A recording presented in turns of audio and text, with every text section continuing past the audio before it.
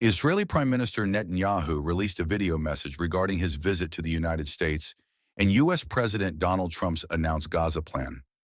Calling his U.S. visit a historic visit, Netanyahu said they had achieved significant results, adding, "Instead of allowing Hamas to isolate us, we turned the tables and isolated Hamas." Referring to Trump's Gaza plan, Netanyahu stated that the Israeli army would continue to remain in the Gaza Strip.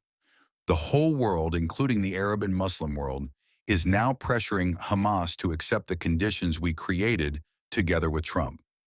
Thus, while the Israel Defense Forces, IDF, remain in the Gaza Strip, all hostages, both alive and dead, will be brought back. According to Trump's Gaza plan, if both sides accept this proposal, the war will immediately end.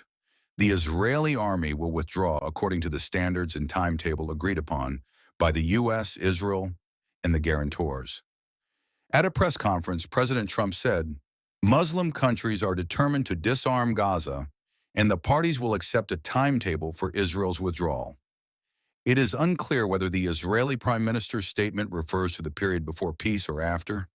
However, according to the plan, the Israeli army is supposed to withdraw from the region, abandon the occupied territories, and refrain from annexation thereafter.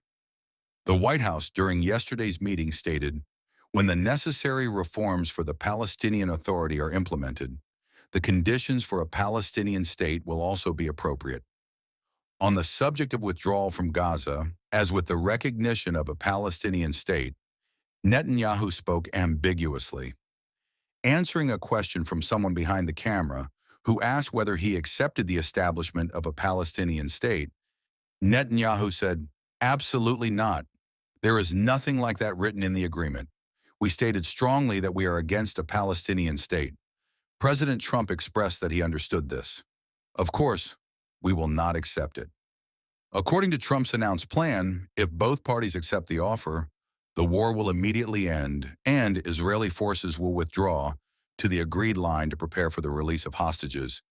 It was also stated that, during this process, airstrikes and artillery bombardments would stop, while the lines of battle would remain as they are, until conditions for a full-phased withdrawal are established.